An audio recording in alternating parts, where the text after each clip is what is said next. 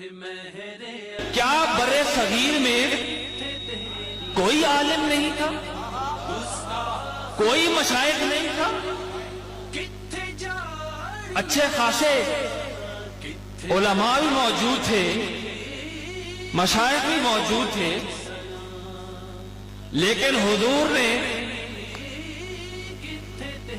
ہمارے نبی غیب جی جانتے ہیں نا، ہمارا تو عقیدہ ہے اللہ کی عطا سے وہ غیب بھی جانتے ہیں۔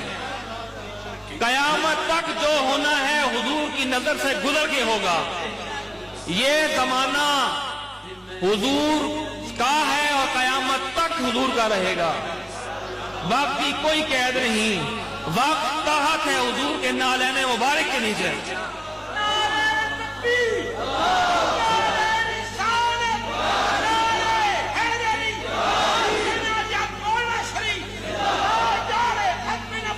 زندہ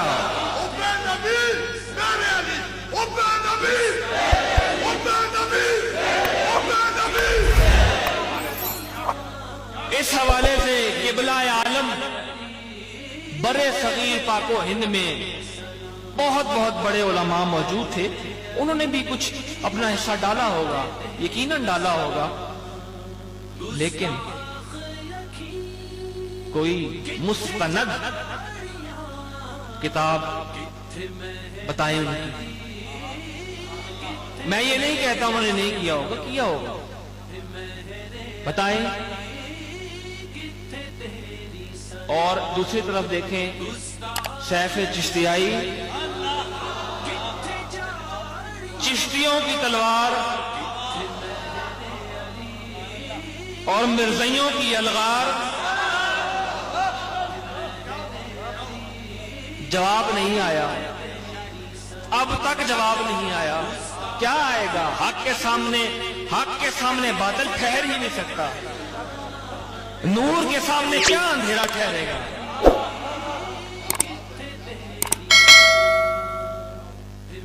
اسی لیے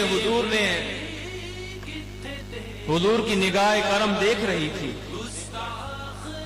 آپ نے اشارہ فرمایا اس بدبخت کی جانب کہ یہ آدمی یہ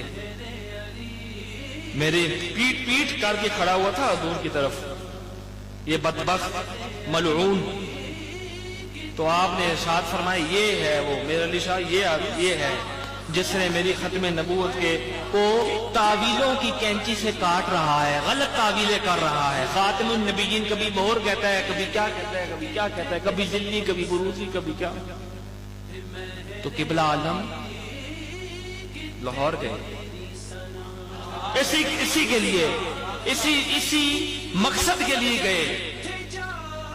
اور کیا مقصد ہو سکتا ہے؟ سب سے بڑا مقصد حضور کی ناموس اور رسالت اور ان کا تحفظ ہے۔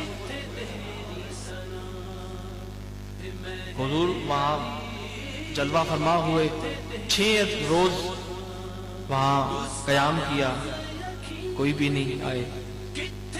کیا آتے؟ اللہ نے جن کو ہدایت جن کے نصیب میں لکھی ہی نہیں، وہ کیا آتے؟